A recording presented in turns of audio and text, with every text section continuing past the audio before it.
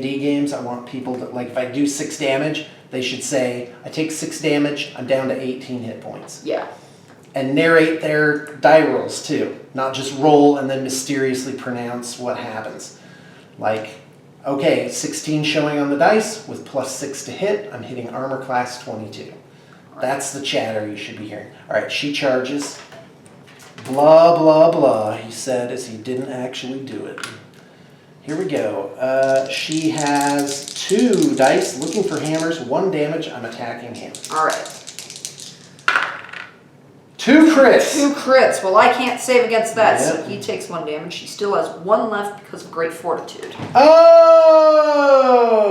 Yep. Oh, that was... I asked who had 1 left. And You said that guy. I said this guy, and then I put great fortitude on Okay, it, and so I guess so I it wasn't paying changed. attention. All right, well, I'm about to pay for that since I only have 2 guys left. Well, in Legane, I hardly count him as anything.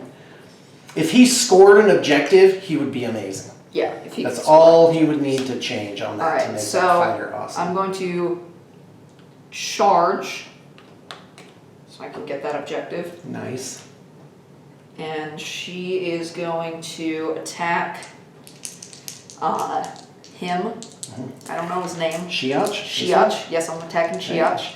And it is 2 attacks needing hammers. Nothing. 2 supports. Oh, this guy's attacking. Yeah, this guy's All right, I attacking. need a crit. Which I don't Not get. it. So that's 1 damage. Okay, So he's dead. He's dead. Sweet. I'm getting worked. Oof. Worked pretty bad. Oh, and he goes away. All right, I think I'm going to shake your hand at this point. I At don't this think point? I can come back. Well, Well, I don't know. glory, glory points are a Well, thing. hold on a second. This guy only has 1 wound. That guy only has 1 wound. I mean 2 wounds, and this guy has 2 wounds. So you only have 5 wounds to go through. Yeah, I don't know. I think I'm going to call it. Think you're gonna call All it? right. Good game, Griff. All right, good Thank game. you.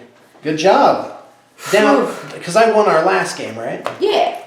Nice. And this is your 2nd game against me. Yes. Iltharis. And I got Show No Mercy and Reclaim the Lamentary. Show No Mercy is score this in an end phase if 3 or more enemy fighters are out of action, and Reclaim the Lamentary, score this in an end phase if you hold all objectives in at least 1 player's territory.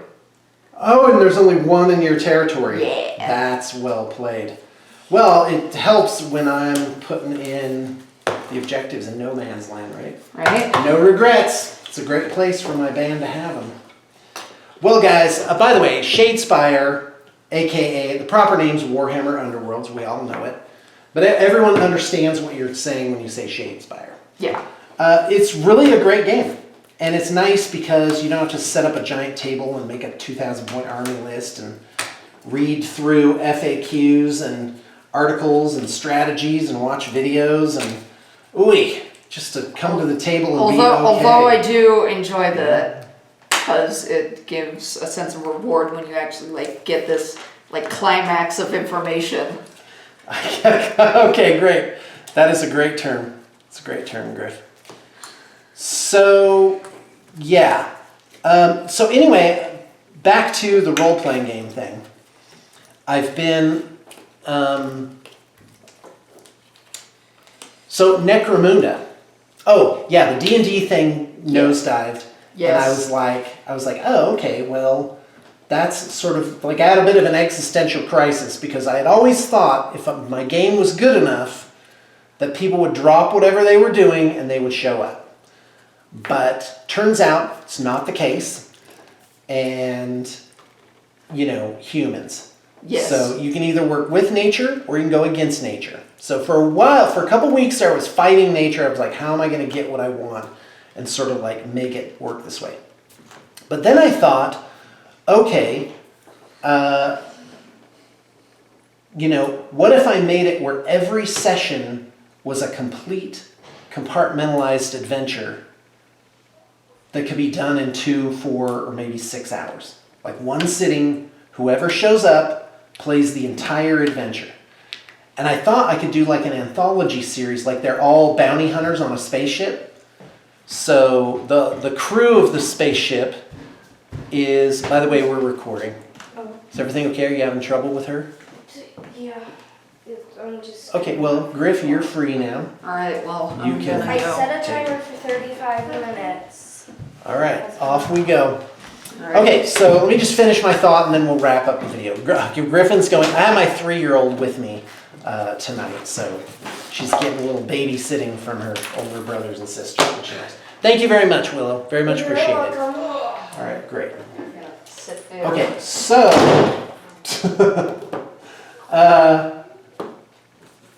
so I thought that'd be awesome. So like on the spaceship, they form a little away team for whatever the adventure is. That's the players who show up. And maybe the players have like a roster of different people they can play. And we just do the whole thing. So it's a continuing plot, but it doesn't matter who shows up because they're never in the middle of a dungeon with 5 people and they're in the middle of a combat. And then all of a sudden the next week, 3 people don't show up. And I thought about that, and basically I just ended up picking up Necromunda. I was like really excited about it all of a sudden, and I think it was one of my new painters who was like really into it and thought it was a great idea. So I started reading up on it and I was like, oh, Necromunda is awesome. And of course I remember it from back in the 90s when it came out and I had my game shop.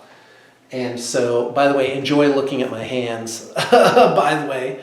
So, but in Necromunda, there is like a DM who can make things up and make scenarios and the whole thing. So what I'm going to do is I'm going to make like a role-playing aspect. I'm still going to use the Necromunda rules. I'm not going to use some different system for it, which I had thought of doing, like maybe Shadowrun or something like that.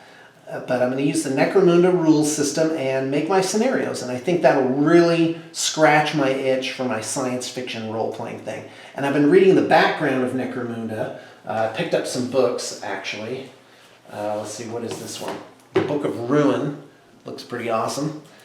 And I got to tell you, this setting is amazing. Just, guys, it's through the roof. I mean, it's great, and it is just really as complex as a role-playing game in terms of the stats and the different actions that you can do. Not a lot of role-playing elements, but that's easy enough to add. So what I'm going to do is I'm going to do a regular Necromunda game, but I'm also going to have side quests which will have more of sort of a role-playing vibe to them. They'll use the exact rules. I'll have a thing set up, but it'll be, I go up and talk to this guy. What does he say? That kind of thing. And I think that it's going to be a lot of fun. I got to tell you, it's this background and the support for this game is just nuts right now. I mean, and using models other than the published models too just gives you so many different options. It's really just absolutely outstanding. Well, guys, that's it. I'm making a bit of an effort to, get more videos up. I don't need to anymore. I'm to the point now where I just have this certain roster of clients that are always keeping me busy, and it's really wonderful. By the way, it's really, really neat. And life is good. Life is real good. Well, guys, that's it. Oh, and another idea I had is to have somebody, maybe a fan, somebody that I know would be nice, to basically contact me every day and be like, hey, get a video up, and sort of keep me motivated for that. But again, I don't really need to do them. I just do them because it's fun, and I've always liked having that little red light on and being able to speak my mind and ramble on as long as I like. And if people listen to it, great. And if they don't, then oh well.